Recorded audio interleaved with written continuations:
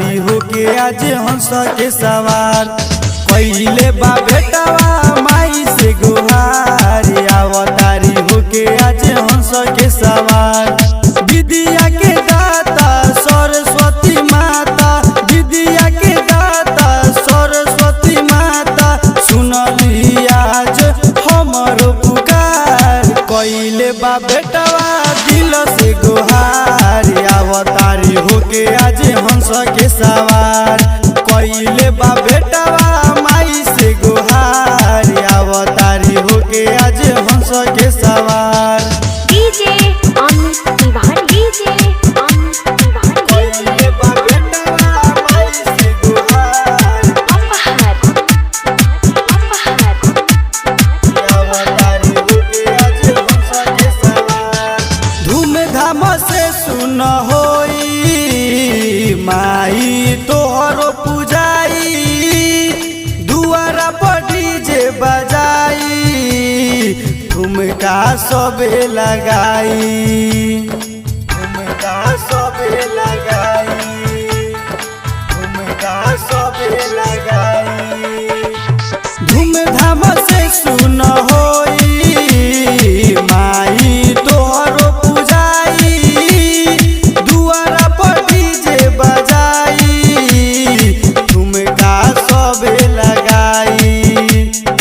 ठुमका सबे लगाई ठुमका सबे लगाई बढ़ जाई आज मोरा दुआरा के शान अवतारी होके माई हंस के सवार कइले बा बेटवा दिल से पुकार अवतारी होके माई हंस के सवार विद्या के दाता सरस्वती माता विद्या के दाता सरस्वती माता सुनली हली आज हमरो पुकार कइले बा बेटवा दिल से गुहार अवतारी होके आज हंस के सवार कइले बा बेटवा दिल से गुहार अवतारी माई आज हमारा दुआर डीजे अमित तिवारी डीजे अमित तिवारी कइले बा बेटवा माई से गुहार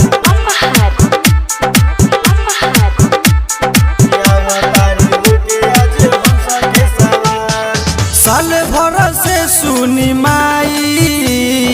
असरा बानी लगाई आवेलू 2-4 दिन ला दुखवा कैसे सुनाई दुखवा कैसे सुनाई दुखवा कैसे सुनाई साल भर से सुनी माई असरा बानी लगाई आवेलू 2-4 दिन ला दुखवा कैसे सुनाई दुखवा कैसे सुनाई दुखवा कैसे सुनाई गोलू गोल डेहन कइले बा पुकार अवतारी माई आज लकी के दुआर गोलू गोल डेहन अरे कइले बा दोहार अवतारी माई प्रियांशु के दुआर